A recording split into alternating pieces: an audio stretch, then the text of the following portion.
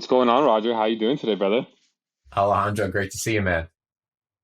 This is going to be a really wonderful conversation. I'm excited for to dive into everything that you've done with artifacts, NFTs, and pretty much helping educate our audience on the value proposition that goes beyond currently happening in the market. Why don't we start with a little bit of your background and how you got into NFTs and tell us a little bit more about artifacts. Yeah, I'll give you the wild, unorthodox ride that's Roger Dickerman, right? It's these three dots that all came together. So the first dot is childhood, and childhood is all about art appreciation, drawing all the time, becoming obsessed with comic books and characters and collectibles and whatnot. And then I get away from that, get into academics, come out of college, basically work for a private hedge fund, a global market making firm, do that for 3 years.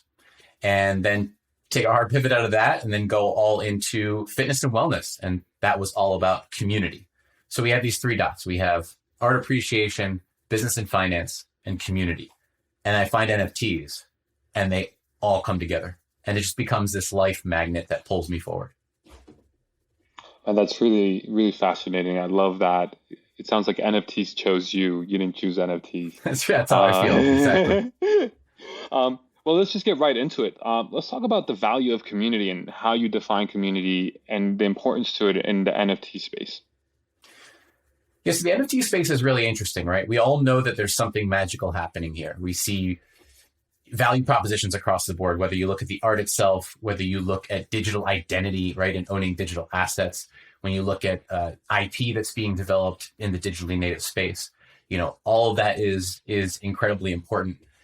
But we're still in this bubble, right? People outside the NFT bubble, I think sometimes it's hard to get in there. Sometimes you see profile picture projects and you see these high transaction sales, and it seems like I don't know what that is. Maybe that seems silly. Maybe that seems not for me. But it's at arm's length, right? But when you're in that bubble, it feels special and warm and fuzzy. And maybe one of the things we can do here is break that wall down a little bit, because I think that this is clearly something that will matter, but has that bubble wrapping. So yes, community to that point. Community, very, very important. We're seeing community develop and pop up around all of those aforementioned concepts. Where do you want to go with community? What example in the NFT space of community do you see? Well, let's start with the community of artifacts, right? Like you have built something really powerful there in terms of artists, collectors, and educational engagement. I feel like Artifacts is a great on-ramp for beginners obtaining blue chip artists. So let's start there. Yeah, so Artifex Project, that's the baby. That's what, got me jumping headfirst into NFTs, where I became obsessed with them, researching them in summer of 2020, came in as an investor solely. I wear that on my sleeve. I was an investor solely. I came in flipping NFTs, right? And then very quickly I started to form real relationships. And that's where I started to say, well, I would never want to sell that artwork or that NFT specifically. And then it became a mixture, an amalgam of the two. In November, December of 2020, I think the writing was on the wall. We were about to go parabolic, right? This thing was about to explode. It was about to pop. I looked around. I said, a lot of these artists that I care about may get washed away. They're at risk of that because the supply is going to be insane when the world catches on. You fast forward a little bit, we're there. I mean, everyone wants to come in. You see all the celebrities coming in, and good on them. I mean, everyone's trying to get into the space because they see real value there. The Artifex Project exists to honor those NFT artists who really did trailblaze the technology. One of the most fascinating things about it to me is the art led the tech. We see NFT technology, blockchain technology, owning digital assets. That goes far beyond art.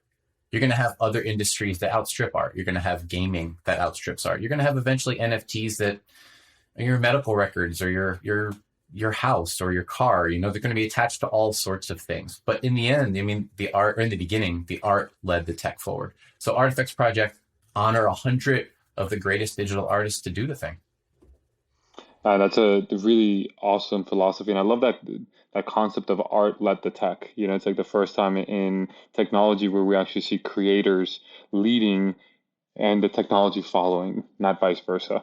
I'd love to really help our audience understand. You brought up a topic called PFPs. I'd love for you to dissect that, like give it a definition, and then we can dive into both the amazingness of the PFP communities and also a little bit of the toxic behavior around these communities that are starting to become more prevalent in the NFT space. Yeah, it's a good point. It's necessary that we do it because I really do believe outside that bubble, NFTs in a lot of cases mean PFPs to people, right? PFPs, profile picture projects. You go from one of the top bodies of IP in the entire NFT space, CryptoPunks, one of the original projects, 10,000 unique profile pictures with subtle nuances and some that look extremely different than the others. But the idea is this: you can become part of a larger community by owning one or more of these assets. Each looks slightly unique. So you know that the one you put as maybe your profile picture, your image on Twitter, your image on Discord or another channel is going to look slightly and uniquely different from, yours or mine. That's really, really awesome. So let's talk about what is happening with the PFP community and how it's helping to drive mainstream adoption. And you can provide some examples here as well. Yeah, so let's go to the OG first. Let's go to CryptoPunks first. Now we're getting into the side of PFPs that I think matters now, matters now, and will continue to matter. They're not going away. They shouldn't be going away. Larva Labs, the parent company's done phenomenal things. CryptoPunks are going to Hollywood, right? We're seeing that IP brought into the Hollywood sphere. It allows a lot of people to band together over a commonality, right? It allows people to come together and to do things that go far, far beyond just those profile pictures. So I can see you and say, hey, you're on my team. You can see me and say, hey, you're on my team. We can come together. We can band together. We could talk about DAOs. We could talk about, all sorts of things that people can do with one another just by knowing, again, hey, simple concept. We play for the same team. We own a piece of the same IP. I love that conversation around ownership and collective ownership and community. That brings me up to the next question that really want to pivot into the conversation around value and what is the value that's being created in the NFT community and the industry as a whole. I would love I know it's an open-ended question. How does value get created within the NFT community, and how does it get back to the end consumer? I think that this is a wall breakdown because, we have the whole right-click save as conversation going on. And I think within that bubble, it seems silly. Outside that bubble, it's still a very real thing. Why would I care about that image when I could right-click save as and put it on my computer just like you could have it on your computer?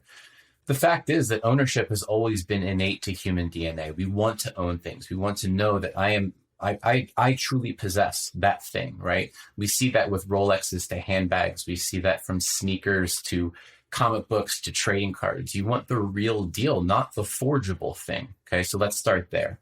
But now let's go to art. Let's go to art and let's look around. Let's say 5 years ago, New York City, Times Square.